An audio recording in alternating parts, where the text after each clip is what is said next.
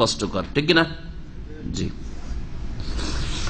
এই একটি বিষয়। আর একটি বিষয় স্ত্রীর সাথে সম্পর্কিত, ওয়াস্তাউসি বিন নিসাই খায়রান। আর নবী সাল্লাল্লাহু আলাইহি ওয়াসাল্লাম বলছেন, তোমরা নারীদের সম্পর্কে কল্যাণের ওসিয়ত তলব করো। ইস্তাউসুর শাব্দিক অর্থ কল্যাণের ওসিয়ত গ্রহণ করো আমার কাছ থেকে।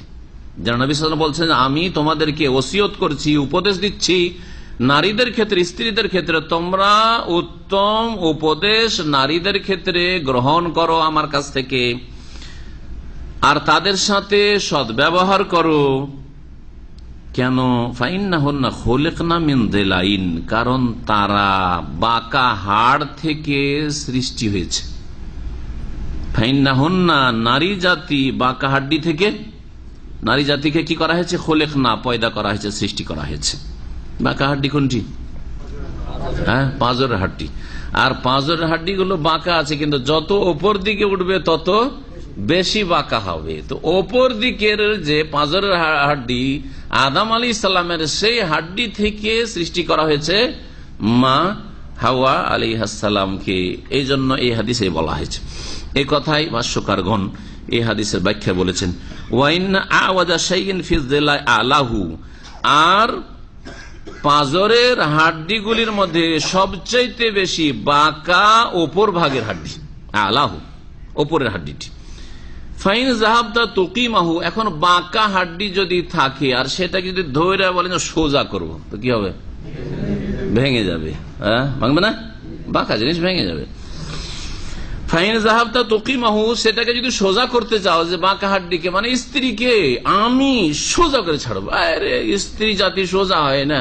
যারা বিবাহ করেন তারা অনেকে এরকম কল্পনা জল্পনা করে, বন্ধু বিয়ে করেছে, তারপরে স্ত্রীকে নিয়ে একটু অশান্তিতে আছে, আপনি ঠিক করতে পারেন না, আপনি কাপুরুষ, আমাকে দেখেন রাতারাতি ঠিক করে দেবো একবারে। হ্যাঁ, রাতারাতি ঠিক করে দেবো, এসব কল্পনা জল্পনা অনেকে করে। শোনেন, ঠিক করতে গেলে কি হবে? ওই রকম গায়ের জোরে ঠিক করলে কি হবে? গায়ের জোরে ঠিক করেন না, আপনি উত্তম আচরণের জোরে ঠিক করার চেষ্টা করবেন, গায়ের জোরে নয়।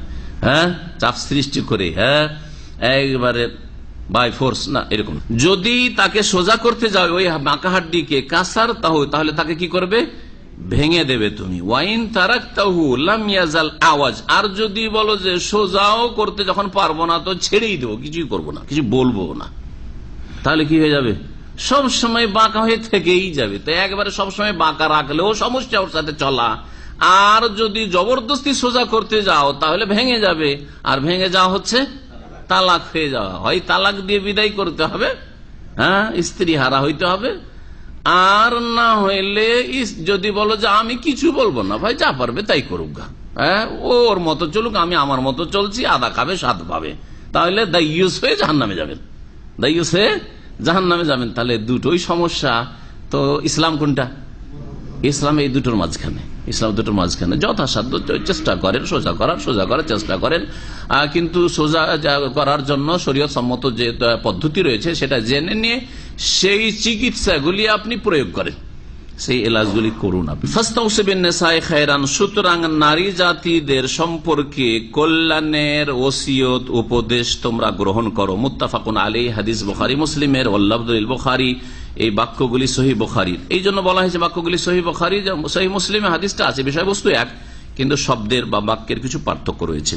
ওয়ালে মুসলিমিন, সহিহ মুসলিমে আরো অতিরিক্ত রয়েছে, ফাইন ইসতামতাতা বিহি, ইসতামতাতা বিহা এওয়াজ, যদি তুমি স্ত্রী সম্ভোগ করতে থাকো, স্ত্রীর দ্বারা তুমি লাভবান হইতে থাকো, যে আমার স্ত্রীর প্রয়োজন রয়েছে, আমি শারীরিক চাহিদা পূরণ করছি, আমার পারিবারিক চাহিদা পূরণ করছি, আমার ছেলে মেয়ে প্রয়োজন, তার চাহিদা পূরণ হচ্ছে, ছেলে মেয়ে হচ্ছে, আমার বাড়ি সংসারের কাজকর্ম হচ্ছে, আমি বাড়িতে গেলে খাবার দাবার প্রস্তুত হয়ে থাকছে, প্রয়োজন এগুলি ইত্যাদি বিভিন্ন রকমের প্রয়োজন রয়েছে স্ত্রীর।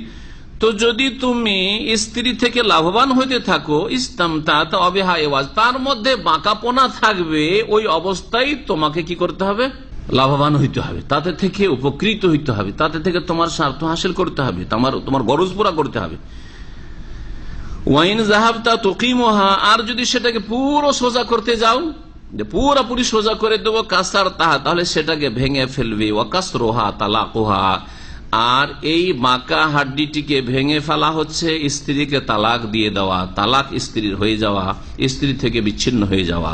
সুতরাং সেটাকে পুরোপুরি সোজা করারও তুমি স্বপ্ন দেখিও না, কখনো সোজা করতে পারবে না। আর আপন অবস্থায় ছেড়ে দিও না, যথাসাধ্য যেমন বললাম উত্তম আচার আচরণ, কথা চলা ফিরা, এবং যাতে তাকে খুশি করা সম্ভব হয়, তাকে আকৃষ্ট করা সম্ভব হয়, তার মন জয় করা সম্ভব হয় ইত্যাদি, তাকে অনুগত করা সম্ভব হয়, এসবের মাধ্যমে সোজা করার চেষ্টা করতে হবে। এ হচ্ছে রাসূলুল্লাহ সাল্লাল্লাহু আলাইহি সাল্লামের হাদিস।